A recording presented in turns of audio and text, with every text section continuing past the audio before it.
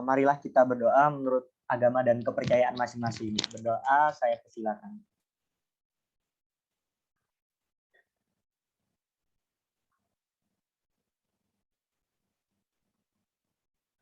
Berdoa selesai. Oke, sebelum masuk ke materi ya, izinkan saya memperkenalkan diri terlebih dahulu. Mungkin beberapa dari kalian sudah ada yang tahu ya. Namaku bisa dilihat juga di username aku. Aku Dani Irawan dari Sastra Jawa atau Sastra Daerah untuk Sastra Jawa gitu nama prodinya, Universitas Indonesia. Di sini aku bersama teman-temanku, ada Mbak Dwi Retno sebagai asisten pengajar. Tapi sebenarnya di sini aku bukan pengajar sih ya, tapi aku nganggapnya ini belajar bareng-bareng kalian gitu. Ngangsu kabruh bareng gitu aja ya. Jadi kita seperti teman gitu loh, bukan antara pengajar dengan murid, tapi wis podo-podo koncone ya. Oke. Mohon maaf, bisa share screen Mas Joseph?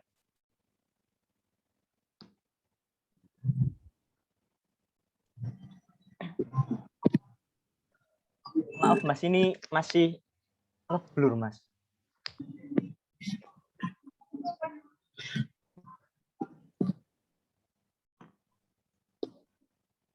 Oh iya teman-teman, minta tolong ya, barangkali nanti kan di sini kita sama-sama belajar kan ya. Nanti kalau semisal aku ada salahnya, nanti kalian juga bisa koreksi gitu. Kak, sampean lo salah gitu. Gitu ya, itu aturannya.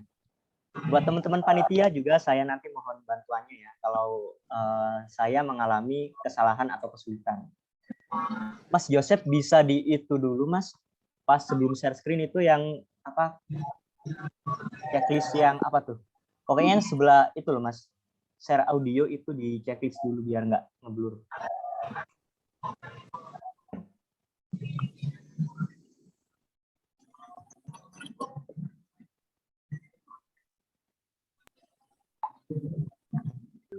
Sudah belum? Belum Mas, masih itu, masih.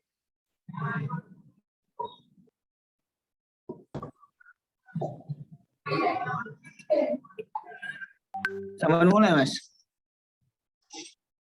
Belum, ini baru mulai. Enggak. Sudah? Oke, udah. Terima kasih.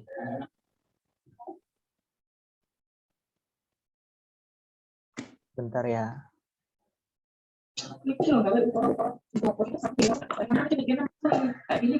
Oke, di sini kita akan mempelajari, ini di Pasinaon 1 kita akan mempelajari tentang artikel. Bisa di next aja, Mas.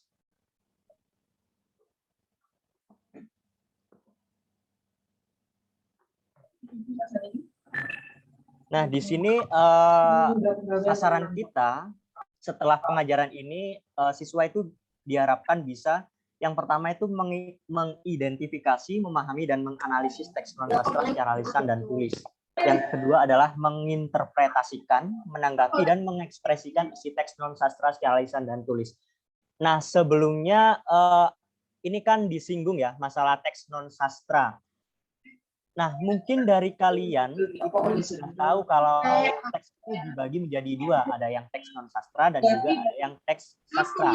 Nah, aku mau tanya nih, mungkin dari kalian ada yang udah tahu tuh apa itu teks sastra dan teks non-sastra? Adakah yang tahu dari kalian? Teman-teman 10 MIPA 4?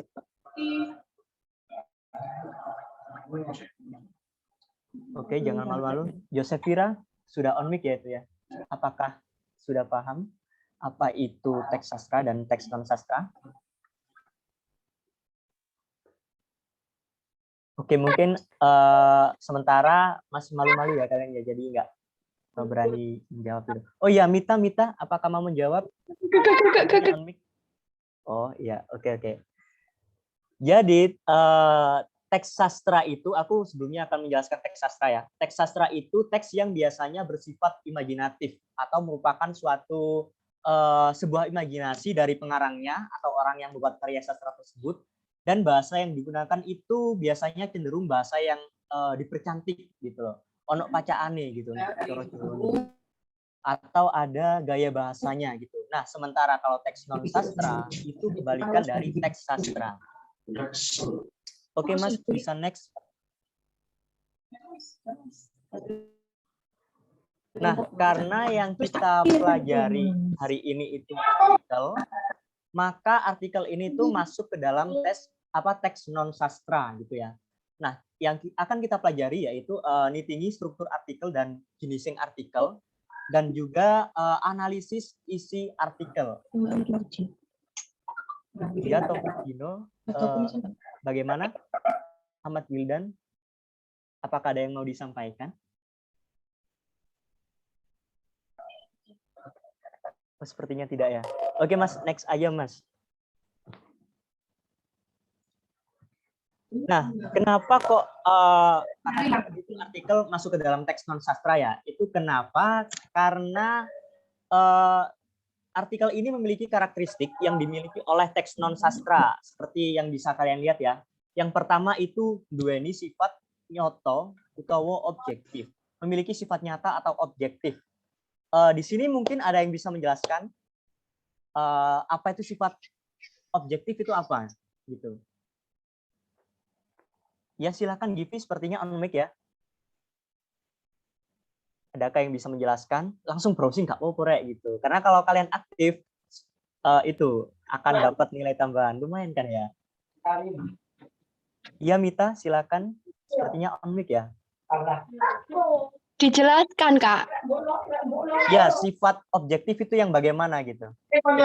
Sikap yang harus dijunjung tinggi bagi seorang untuk berpemandangan terhadap suatu masalah. Oke, mantap. Mungkin itu secara luas ya. Terima kasih banyak. Siapa tadi namanya? Mita. Mbak catat Mbak Mita oleh nilai lumayan. Oke, terima kasih banyak Mita. Penjelasannya cukup meluas gitu ya. Tapi ini aku akan mencoba menjelaskan secara luweh sempit gitu ya, lebih sempit. Jadi sifat objektif itu sifat yang bersifat nyata gitu loh, tidak dibuat-buat, tidak berdasarkan imajinasi penulis. Berarti ini kebalikan teks sastra tadi ya, seperti yang aku katakan di awal tadi. Kalau teks sastra itu kan bersifat imajinatif, kalau ini itu bersifat objektif, jadi nyata gitu. Oke, yang kedua ada migunakaké basa ilmu atau menggunakan bahasa ilmiah. Nah, di dalam teks non sastra, bahasa yang digunakan itu bahasa ilmiah, jadi bukan bahasa yang dipercantik atau bahasa yang menggunakan gaya gitu ya. Kano gaya nih wis apa biasa ngono ya. Contoh bahasa ilmu, apa basa ilmu itu contohnya itu misal ada kita memakai kata pengelompokan atau penggolongan. Nah, itu bisa diganti menjadi bahasa ilmiah, bisa menjadi klasifikasi gitu contohnya. Kemudian percepatan diganti menjadi akselerasi, atau pandangan diganti dengan orientasi gitu, dan masih banyak lagi. Kemudian yang ketiga, pilihan tembung ukara lan gaya basa sing winates. Jadi pilihan kata, kalimat, dan gaya bahasanya itu baku. Artinya diksi atau pilihan kata dan bahasa yang ada di teks non sastra itu tidak banyak gayanya gitu, Kak Kaken pola menurut. Jadi ya padat, terus berisi dan jelas gitu. Apa ya gampangannya kok gak bermuluk-muluk dulu. Contoh, aku kasih contoh ya, misal ada kalimat, ini contoh sederhana ya, ada kalimat dheweke mati amarga loro ati gitu. Jadi ya udah gitu aja gitu, nggak usah dipacak-pacai ben apik piye gitu, enggak. Tapi kalau di teks sastra itu mungkin bisa saja ya dipercantik, contoh dheweke itu diganti dengan slirane gitu. Slirane ninggalne aku selawase gitu. Nah, itu kan biasanya dipercantik. Itu kalau di teks sastra gitu. Nah, tapi kalau teks non sastra ya udah tadi yang baku, dheweke mati amarga loro ati gitu. Kemudian yang keempat, ya tetap sing kepapat ya. Oh iya, yang keempat itu duweni makna denotatif. Nah, mempunyai makna denotatif. mungkin kalian udah pernah mempelajari ya, ini ada makna denotatif, ada makna konotatif gitu. Adakah dari kalian yang bisa menjelaskan atau mengetahui apa itu makna denotatif?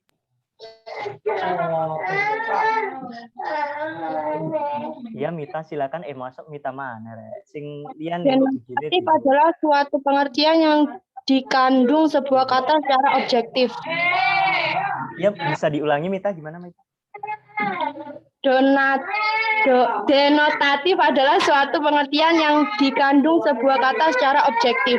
Oke, mantap, dikandung secara objektif. Berarti karena objektif ya berarti bersifat nyata atau makna yang sebenarnya gitu. Gini. Jadi denotatif itu memiliki lawan kata namanya konotatif, jadi bukan sebenarnya. Ini contoh ya, contoh. Misal di suatu artikel mengenai penelitian, misal ada penelitian mengenai orang sakit gitu. Nah, di situ ada kalimat kupinge kupinge Josephira Abang misal ya. Kupinge Josephira Abang. Nah, karena makna denotatif, karena artikel itu makna denotatif, jadi makna dari kalimat itu ya udah si kupingnya si Josephira ini, mohon maaf ya Josephira ya, kupingnya si Josephira ini memang berwarna merah gitu. Karena tadi ya sakit, karena ini penelitian orang sakit gitu. Nah, tapi beda lagi kalau di teks sastra. Misal nih, kan teks sastra ini memiliki makna konotatif. Bisa saja artinya apa tadi kupinge Josephira Abang itu bisa saja hanyalah sebuah kiasan. Atau kalau di kawruh basa Jawa itu kalian pernah dengar nggak? Jelas pernah ya. Namanya tembung entar. Nah itu kalau di basa Jawa ya. Kupinge Abang. Ada yang tahu nggak mungkin? Kupinge Abang itu piye artinya? Kupingnya abang itu artinya lesu, Kak. Oh iya, mantap Josephira. Oke Mbak, dicatat ya Josephira dapat nilai. Ya, jadi kalau kalian bisa menjawab gini, aku ya seneng rek. Tadi aku ya seneng ya, kalian ya seneng soalnya oleh nilai kan. Lumayan kan kayak tambahan notu rapot bisa. Nah, oke benar sekali. Jadi kupingnya abang itu nesu banget. Contohnya itu mungkin buat kalian yang belum pernah dengar ya. Atau kalian juga pernah dengar kalau orang-orang bilang itu gini, oh jadi rasanya mengku kupingnya abang gitu kan. Jangan digibain mulu, ntar kupingnya merah tuh gitu kan. Nah, iya seperti itu contohnya. Nah, kayak aku biasanya aku gini, ojo digarai rek arek iku, kok kupingnya abang rek iku nah gitu. Itu kalau di dialek aku ya Surabayaan. Oke, next ya. Yang kelima adalah nuwuhake kesan logis ing batin sing maca. Mungkin kalian ini udah paham ya. Jadi kalau teks non sastra itu memberikan kesan logis di batin pembaca, di pikiran pembaca. Jadi ya logis itu kayak gimana ya? Pokoknya masuk akal itu logis gitu. Oke, next slide, Mas.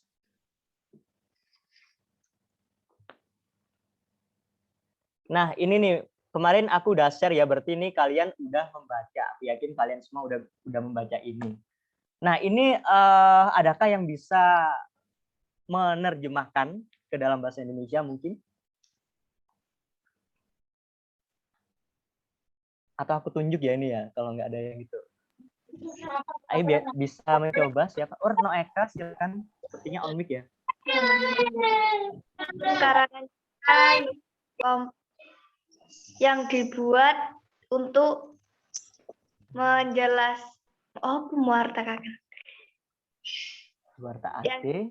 menjelaskan yang mempunyai tujuan untuk mengutarakan gagasan dan fakta yang bisa menjadikan orang yakin atau percaya, memberi pemahaman atau penghibur kepada pembaca. Oke, mantap. Siapa tadi namanya? Retno Eka ya? Mantap, Retno. Terima kasih banyak sudah kita saling berbagi ilmu dalam hal menerjemahkan gitu. Oke, mantap sekali tadi Retno Eka. Terima kasih. Ya, benar kata Ahmad Wildan. Jago banget Jawa nih wis. Asli wong Jawa iki Mbak Retno Eka. Ya memang artikel itu karangan nyata atau komplit ya yang digunakan untuk mengabarkan atau menyiarkan yang memiliki tujuan untuk menjelaskan gagasan dan fakta. Nah, ini perlu digarisbawahi nih, fakta yang bisa membuat orang atau kalau konteks di sini berarti pembaca atau pendengar ya biasanya artikel itu yakin atau percaya memberikan pelajaran atau hiburan kepada pembacanya. Nah, jadi ini kalian garis bawah ya, kalau artikel itu bersifat fakta. Jadi kalau nggak fakta berarti jatuhnya hoax. Oke, bisa next Mas. Mas Joseph, bisa di next.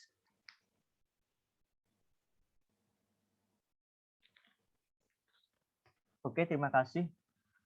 Nah, di sini ono garapan siji nitingi struktur artikel. Struktur artikel kasusun kanthi struktur siji pambuka, loro isi, telu dudutan utawa kesimpulan.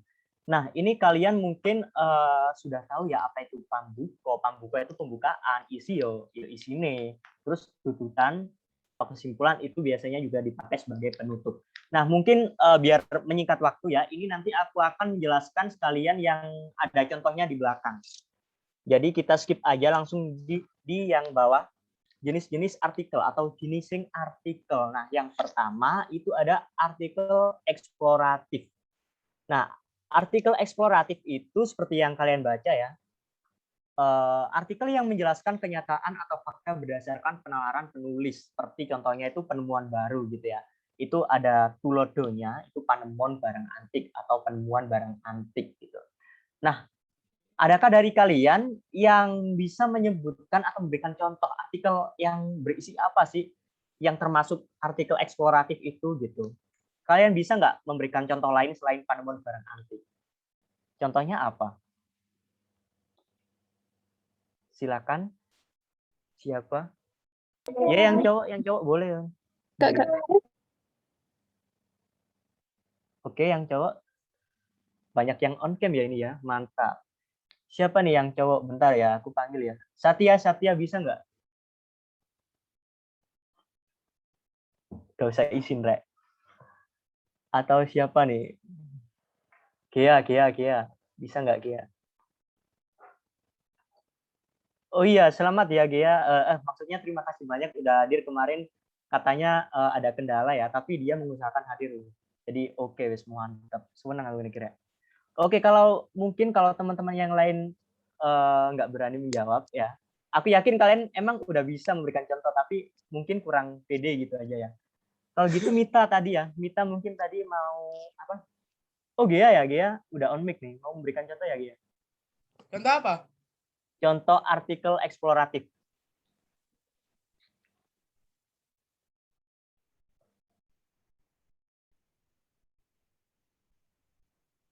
Iya bisa on mic dia.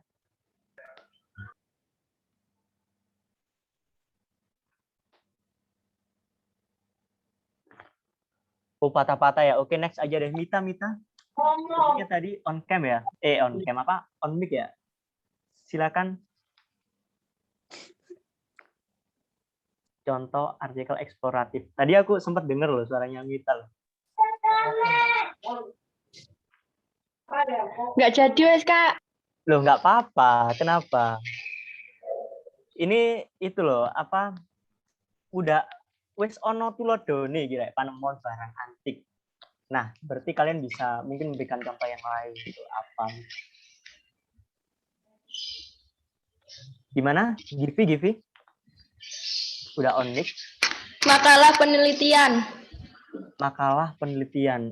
Itu kakak-kakak panitia barangkali ada yang bisa membantu, bisa nggak dikatakan sebagai artikel eksploratif? Oke, aku bantu jawab ya. Kalau makalah itu bukan termasuk jenis artikel karena emang strukturnya sendiri dari makalah itu beda. Kalau makalah itu masih ada ini apa namanya? Teknik penelitian, terus permasalahannya itu apa, terus ada pembahasan dan hasil itu sih. Kalau itu makalah sendiri, jadi beda sama artikel. Oke mantap, terima kasih ya Mbak Evi ya. Terima kasih juga buat Givi ya.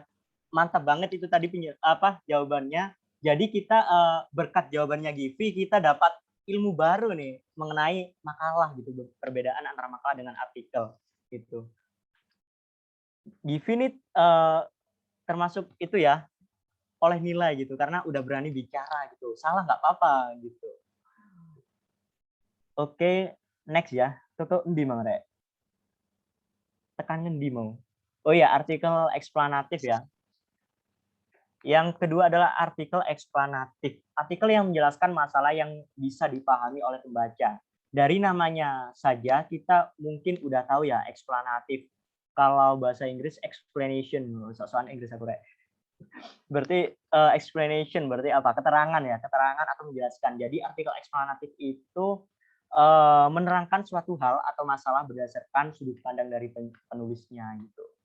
Itu yang di penjelasan itu sing bisa dipahami pamacane. Berarti si pembaca ini sudah bisa memahami gitu. Kemudian yang ketiga ada artikel deskriptif, yaitu artikel sing ngandharake sawijining masalah ing masyarakat. Bentuke kayata laporan atau reportase gitu. Mungkin ini kalian juga bisa mengartikan sendiri, udah paham. Oke, next Mas.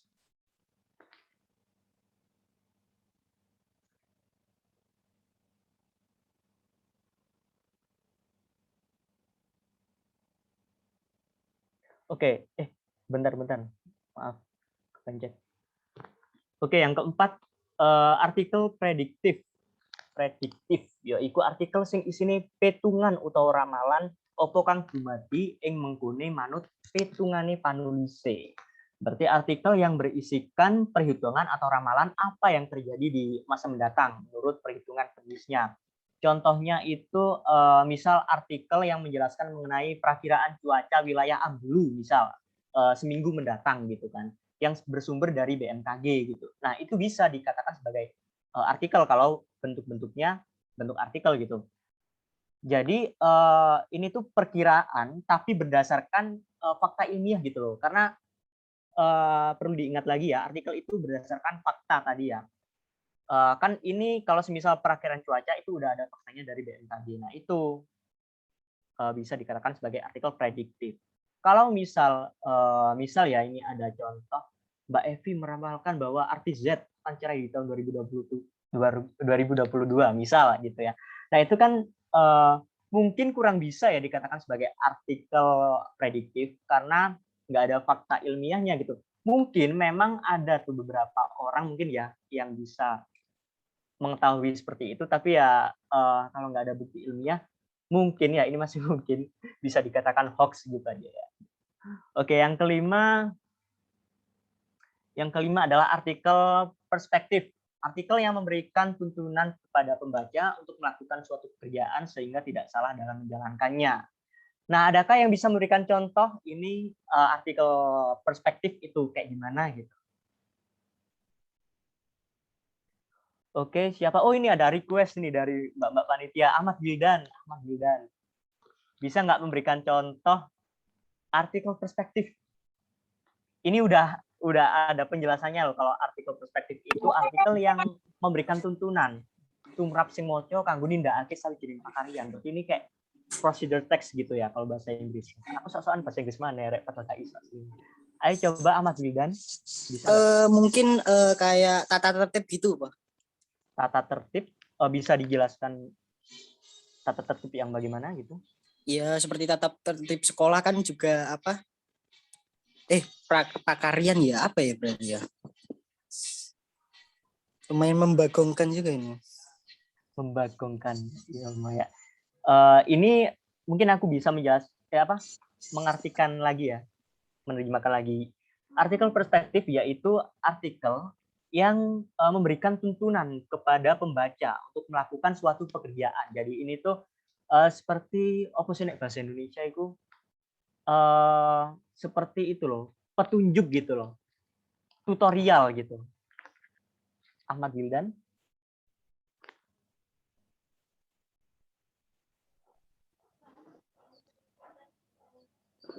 Ahmad Wildan mungkin bisa itu.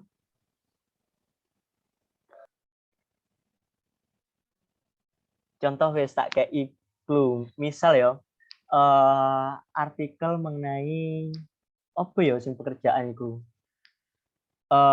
Cara membuat tapi ini dalam bentuk artikel ya, bukan apa prosedur teks.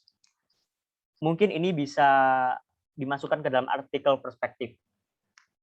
Tata cara membangun rumah dari nol sampai atapnya gitu. Nah, itu kalau dalam bentuk artikel itu bisa, kalau bentuknya itu tulisan artikel berarti bisa dimasukkan ke dalam artikel perspektif gitu. Oke, terima kasih Wildan ya. Oke, di sini aku akan tanya lagi nih. Artikel yang menjelaskan penemuan virus COVID-19 varian terbaru. Nah, itu apa tuh contohnya? Maksudnya masuk ke dalam jenis artikel apa? Kalau ada itu penemuan virus COVID-19 varian terbaru. Nah, itu termasuk ke dalam jenis artikel apa? Ada yang bisa menjawab? Artikel eksplanatif. Artikel Eksplanatif. eksplanatif. Oke, bagaimana yang lain? Artikel eksploratif. Artikel eksplanatif atau eksploratif? Eksplanatif, Kak. Gimana? Tadi mohon maaf. Artikel eksplanatif. Oke, ini kalian mungkin sudah bisa itu ya, sudah bisa menjawab sendiri. Ini termasuk ke dalam artikel apa? Oke, mantap semuanya yang sudah bisa menjawab. Kemudian kalau ada lagi ya, misal memasak soto ayam ambulu dengan baik dan benar dari awal hingga penyajian. Nah, itu termasuk artikel apa? Artikel Preskriptif. Oh iya, mantap. Oke, artikel preskriptif ya. Oh, mohon maaf ya tadi dari aku dari tadi aku sepertinya salah mengucapkan ya, preskriptif ya benar. Oke, next aja nih Mas karena waktunya terbatas ya. Oke, next Mas Joseph. Nah, karena ini sangat terbatas ya. Ini langsung aja aku jelaskan secara singkat. Nah, di ini yang kalian lihat itu ada judul yaitu Rusak Lingkungan Hidup. Itu judul artikel dan ini itu termasuk ke dalam pembukaning artikel. Nah, pembukaning artikel itu kan sebagai pembuka dalam suatu artikel. Jadi di sini itu dijelaskan secara garis besarnya. Nah, contohnya ini kan judulnya Rusak Lingkungan Hidup. Nah, di sini kalian bisa melihat nih. Di sini tuh dijelaskan dulu rusak lingkungan itu yang gimana gitu, tapi secara garis besar gitu. Nah, ini aku mau tanya lagi nih. Tadi kan kita sudah mempelajari ada namanya karakteristik teks non sastra ya. Nah, di situ ada kata-kata ilmiah atau boso ilmu. Nah, kalian bisa menemukan nggak di sini di pembukaan artikel ini? Boso ilmu yang mana? Nego Mas. Deteriosasi. Ya, silakan satu-satu dulu. Siapa tadi yang dulu? Hafid, gimana Hafid? Yang mana Hafid? Niku itu Mas, deteriorasi lah. Oke, mantap. Ini kalau yang di PPT ini mohon maaf ya. Yang di slide ini tuh salah ketik, yang betul itu deteriorasi. Sepertinya yang di LKS kalian tuh sudah betul ya. Oke, terima kasih ya Hafid. Sama siapa tadi? Sama Meris ya. Meris, mantap. Kalian berdua sudah cocok jawabnya gitu. Ada yang bisa menjelaskan deteriorasi itu apa? Mungkin Rusak. mantap. Rusak berarti mengalami penurunan mutu, kemunduran gitu ya. Atau kalau ini aku coba mentranslate dikit ya. Berarti ini rusak lingkungan wujudake deteriorasi. Berarti kerusakan lingkungan itu mewujudkan atau mengakibatkan berarti penurunan mutu lingkungan. Kawistoro. Nah, kawistoro iki aku wingi yo sinau rek ya. Sinau ya padha mbek kalian aku ngomong sinau, aku ya sinau ya. Aku golek nang bau sastra. Iku artinya katon cetha. Berarti mungkin kalau bahasa Indonesia itu bisa diartikan apa ya? Secara signifikan mungkin ya, sangat berarti berarti secara signifikan gitu. Berarti ini kerusakan lingkungan mewujudkan atau mengakibatkan deteriorasi tadi penurunan mutu lingkungan secara signifikan dari hilangnya sumber daya bumi, air, hawa atau udara, kemudian cures. Nah, cures ini punahnya hewan dan kerusakan ekosistem gitu. Oke, sekali lagi aku ingatkan di pembukaan artikel ini secara garis besar ya. Secara garis besar corongmu apa ya bahasa basi inilah, tapi masih masuk ke dalam topik yang dibicarakan gitu sesuai dengan judul. Oke, next Mas.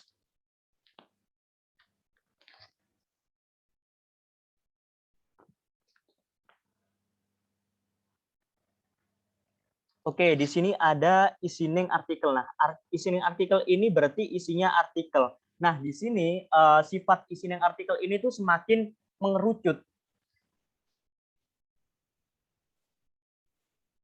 Bentar, maaf. Ini slide-nya hilang di sini. Oke, tadi kan kita udah tahu ya kalau di pembukaan artikel itu menjelaskan secara garis besar. Nah, di sini itu semakin menyempit gitu. Nah, kalau di sini ini kalian bisa melihat sendiri di paragraf pertama itu menjelaskan efek dari kerusakan lingkungan. Berarti semakin sempit kan dari yang sebelumnya di paragraf di pembuka tadi itu menjelaskan kerusakan itu apa. Di sini akan menjelaskan ini yang di paragraf pertama berarti ini efek dari kerusakan lingkungan. Kemudian yang di paragraf kedua ini menjelaskan kembali lingkungan alam itu terdiri dari apa saja gitu. Berarti didetailkan gitu ya. Oke, next aja Mas, karena waktunya sudah, maaf ya, ini melebihi batas ya. Oke, next. Mas Joseph bisa next. Oke, mungkin kalian bisa melihat juga ya di yang aku share kemarin, yang di terakhir itu ada tuntutan artikel atau kesimpulan. Nah, ini tuh juga sebagai penutup. Karena ini kesimpulan berarti disimpulkan mulai. Jadi ya semakin mengecil lagi ya. Jadi udah bisa diambil kesimpulan dari apa yang sudah dijelaskan di atas tadi seperti itu. Oke, mungkin ini sudah jam 9 ya. Mohon maaf sekali karena waktunya sudah terbatas ya. Oke Mas, langsung aja Mas bisa di stop share screen-nya. Untuk pertanyaan-pertanyaan kalian bisa langsung tanya di chat ya. Biar nggak karena di sini ada pelajaran lagi ya. Bisa melihat bisa diketik di grup WA. Kalau tanya nanti dapat nilai nggak? Dapat nilai tambahan. Ntar kancaku sing ngitung Mbak Dewi kok bagian ngitungin nilai rek tenang ae. Nek gak dinilai ya protes sama Mbak Dewi, oke? Oke, sekarang langsung aja kita sesi foto bersama ya. Ambek cek sorry WA dulu. On cam, on cam. Yo, on cam ya, rek. On cam. Sorry yo, aku kalau ngomong bahasa Jawa itu seringnya muncul yang dialek asli Surabayaan gitu. Jadi ya mohon maaf kalau mungkin ada agak ya opo nek jari arek-arek itu aku kadang ngegas gitu kadang aku nek ngomong dari arek-arek. Ya, mohon maaf. Ke bawah gini ya. Ini sudah semua, Mas. Udah on cam semua ya? Oke, udah on cam semua. Oke, Mungkin bisa dimulai saja Mbak Leilani. Ya. 1, 2, 3. Slide kedua. 1, 2, 3. Sudah, Mas. Oke, terima kasih banyak Mbak Leilani. Oke ya, buat kalian semua, aku ucapin terima kasih banyak karena udah cukup aktif dan join di ini kemang isu-isu yore yo sepurane nek ngajak Zoom. Mungkin minggu depan itu mungkin ya akan ada Zoom lagi tapi cuma sebentar. Jadi dari sekarang tolong dipersiapkan. Kalau nggak bisa ya seperti biasanya, seperti tadi ya bisa bilang ke aku. Oke, langsung aja aku akhiri. Terima kasih banyak. Wassalamualaikum warahmatullahi wabarakatuh. Sampai jumpa di minggu depan. Waalaikumsalam warahmatullahi wabarakatuh. Jangan lupa